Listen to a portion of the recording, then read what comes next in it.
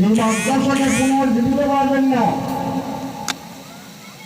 পাগড়ি আছে, পাঞ্জাবি আছে, লম্বা নামাজ পড়ে না, এই মাদ্রাসার অবস্থা হয়েছে, এই মাদ্রাসার অবস্থা হয়েছে। এই জন্য এই মাদ্রাসাকে জিন্দা করা, যে সমস্ত বুজুর্গ এই মাদ্রাসার খুঁটি কেড়ে নিচ্ছে, ওনাদের কি আশা ছিল যে আমরা মারা যাব, এই মাদ্রাসাগুলো চলবে, সব পাবো, এগুলো আজাদ থেকে আবার বাকি থাকবো। আমরা পাবলিক 1 টাকা 2 টাকা 100 200 করে ধান দেয় কেন দেয়?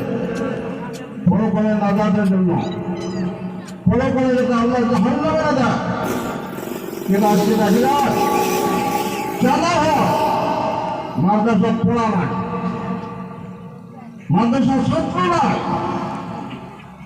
মানে আপনাদের কাছে অনুরোধ করলাম, আমরা সিনিয়র মানুষ হিসেবে, সিনিয়র আলেম হিসেবে, মুরব্বী হিসেবে এই জায়গা পার্শ্ববর্তী মাদ্রাসা দারুল মেহরবানি আছে, পার্শ্ববর্তী মেহরবানি ফরকানি আছে,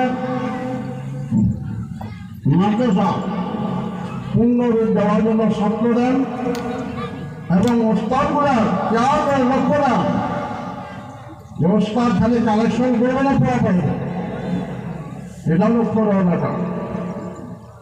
আমরা ছাত্র দেওয়ার জন্য রাজ দিয়েছি, ছাত্র যেন মাদ্রাসার পূর্ণ পর্যায়ে উন্নতি আমলগুলো হয়। কথাটা অনেকের ভালো লাগবে, অনেকগুলো বেয়া লাগবে। টিচার মিটার আসলে মানুষ ঠিক হয় না, টিচার মিটার আসলে মানুষ ঠিক হয় না। কেন মাদ্রাসা অবস্থায় ব্যাপার, মাদ্রাসা কেন বানিয়েছে? ছেড়ে নেই মাদ্রাসা, কেন আছে? ছেড়ে নাই। আশা এটা পাবলিকের কর, আমরা শিক্ষক করব, আমার কমিটি করব, বেশ টাকা কেন আলাদা না? প্রত্যেকটা মানুষের হয়েছে মাদ্রাসা, কে চলে যাবে? মেয়ে মানুষের চলে যাবে, পর্দার আওয়াজ হয়ে যাবে। এই জন্য মনে হল এই মাদ্রাসা যাতে পূর্ণ রূপ পায়, মাদ্রাসা যাতে ছাত্র ভর্তি হয়, লেখাপড়া সুন্দর হয়, কমিটি লেভেলে, প্রস্তাব লেভেলে, অন্তত এই গানের প্রত্যেকটা মুরব্বী জুয়ান সকলের কাছে একদম সবিনয় অনুরোধ, মাদ্রাসা দিকে লক্ষ্য দেন, মাদ্রাসা থেকে আপনার চিন্তা করেন। বাবা তোমার একটা বড় বাবা আমার এই সুগন্ধের স্যার আছে, ভাস্কর দেওয়ার স্যার 10 মিনিটের জন্য কয়েকটা কথা বলে তারপর আনসার সব করা হবে।